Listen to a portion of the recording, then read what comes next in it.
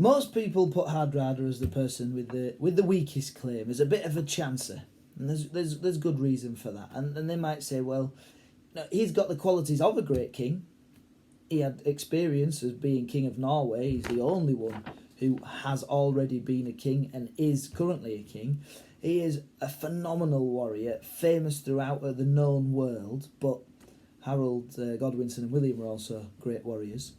This is something unique, and because William of Normandy can't claim that there was loads of Normans in England who wanted him. Later events would show that the English did not want William to be the King of England.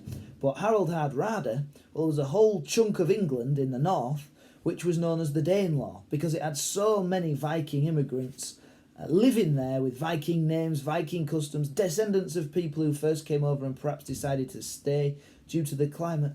They would appreciate having a Viking king in charge of them. And you've only got to think of the Jorvik Centre, which I'm sure many of you have been to or at least heard of, over in the centre of York. We've got a strong Viking connection in this part of the world. And that would have meant he was fairly welcomed when he came south. It's probably why he chose to go to the areas around York first, because he would gain support, perhaps. This is one of his biggest claims to the throne, is that Tostig came to convince him to invade. So a key ex-English earl, but somebody with power nonetheless, and Harold Godwinson's own brother, had come across to support Harald Hardrada in his plight to become King of England. In fact, it was Tostig, by many accounts, who convinced Hardrada to invade. But the number one claim to the throne that Hardrada would have, he could say, everything that comes after Harthacnut, the king before Edward the Confessor, is null and void and doesn't matter. This is where it gets a little bit confusing. At the Gotha River Conference, King of Norway Magnus and King of Denmark Harthacnut made a deal.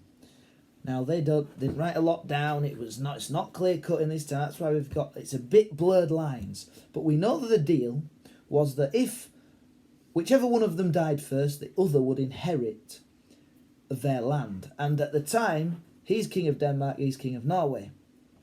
Harthacnut had been left the Kingdom of England at the time, but he hadn't been able to go claim England. His half-brother had gone and basically stolen it from under him. But Magnus could legitimately claim, because Harthacnut dies first, that he should inherit his lands, including England. This is what Tostig apparently convinces Hardrada and says, look, you are the rightful King of England. Edward the Confessor should have never been king in the first place. It should have been Magnus. And now, based on that deal, you should come and take what is yours by right because of this deal that was made. Edward the Confessor stole the throne when it should have been Magnus's by this deal. And now Edward the Confessor is dead. Someone else is going to try to claim the throne. But you are the rightful heir because of the agreement signed at the Gotha River Conference.